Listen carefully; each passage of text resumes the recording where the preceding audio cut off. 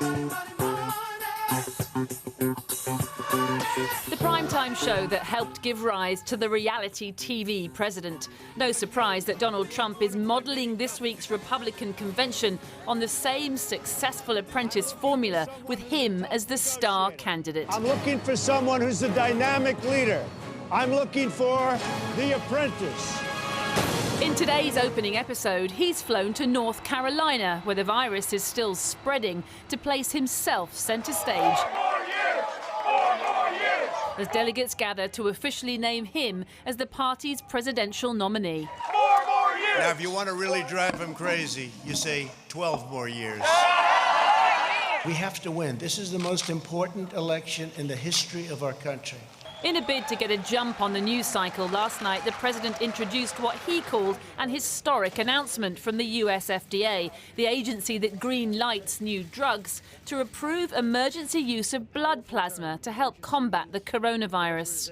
For a treatment known as convalescent plasma, this is a powerful therapy that transfuses very, very strong antibodies from the blood of recovered patients to help treat patients battling a current infection. The reality is the treatment is already being used in America, and there's no solid evidence that plasma does help fight the virus.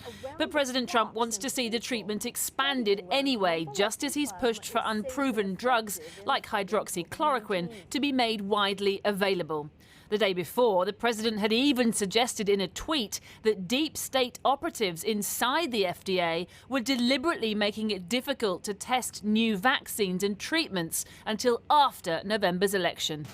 Thank you, Mr. President, for your leadership. As the president loomed over him, the FDA boss did his best to appear enthusiastic about his announcement, but wouldn't answer questions as to whether or not he felt pressured to fast-track the treatment. Was there pressure on you, Dr. Hahn, to authorize this? Dr. Hahn, could you answer that question? If President Trump hoped his good news would linger, soon after the press conference came the bombshell that one of his most trusted advisors, Kellyanne Conway, was leaving the White House at the end of the month, she said, to focus on her family. Conway's become known for her staunch defence of Trump policies, come what may, like here when she refused to answer my question about the president targeting cultural sites in Iran. So can you Are you speaking about hypotheticals, or I got to deal in reality today? Well, I'm asking you: is he speaking about hypotheticals, or is he actually targeting those sites? You're engaging in hypotheticals. No, is he? In the reality show that is this week's Republican convention, Ms. Conway will still speak on Tuesday night, part of a loyal lineup of family members and party officials, all with one goal: to ensure it's not Donald Trump who's fired on November the 3rd. Well, now we're joined by Professor Sir John Bell, who's the Regis Professor of Medicine at Oxford University and is part of the team developing a coronavirus vaccine. And just a couple of quick ones before we get on to that, Professor. Can we first get your view on blood plasma? I mean, has that really got a lot of potential, something that intrigues you? Well, I think the idea of blood plasma has been around for a while. Convalescent sera has been used previously for other infectious diseases many years ago. And obviously convalescent sera contains some of these antibodies which will fight the virus.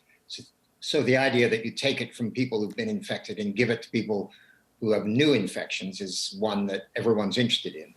The problem is it's very easy to jump to the conclusion that you're doing good when in fact you don't have a real trial to show that the people who get convalescent plasma do significantly better than people who get ordinary plasma, and that's non-convalescent plasma, and that's what's happened. And then what about the Hong Kong? Sorry to cut you off, but what about the Hong Kong reinfection case? I mean, is that of great interest or a one-off or what? Yeah, so it's a great interest because it's the first one that's been described that I think you can be fairly assured that it's a real case.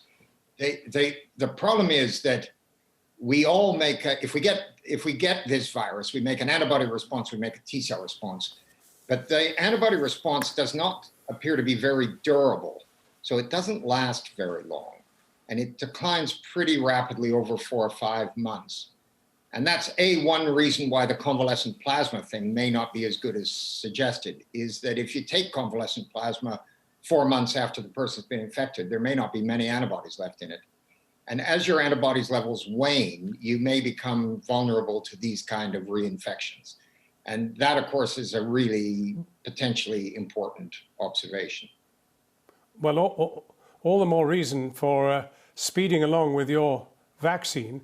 There's Mr. Trump allegedly saying he wants it. Let's leave that aside for a moment, but instead ask you where you are with the vaccine. Are you really making the kind of progress you thought you were making 3 or 4 months ago? Yeah, so everything looks pretty good with the vaccine. We've completed all the vaccinations, including a booster, a second vaccine in most of the participants in the UK. And there's about 10,000 of them, just to remember what we did here. And then in both Brazil and South Africa, the campaigns of vaccination started in July, and many of those have had a second vaccine now. And we're looking in the end to have a roughly equivalent number of people in those domains as well. So this is a big study and should give us the power to detect an effect from an effective vaccine. But in a sense, this is the ground floor. Won't it need updating all the time? I mean, once you've got it, that obviously is a terrific start. But this extraordinary creature, whatever we call it, this pandemic is caused by something which is evolving all the time, surely. Yeah, so these viruses are pretty tricky for the immune system. They've got lots of methods to avoid the immune system. They don't mutate as fast as influenza, though. The mutation rate in this virus is pretty slow, but the intensity of your immune response is not so great for this virus. So in many ways, I think the observation made by the previous speaker is right. We're probably going to need a seasonal coronavirus vaccine that we all have every year to give us protection. And that may change with mutations, but this isn't a very variable virus, and I suspect it may stay the same for some years before we need to change it. And finally, Sir John, the question everybody's asking you: when? When will it be? When can I have one? Yeah. So as you may have spotted, there's a wide range of views on this subject. I'm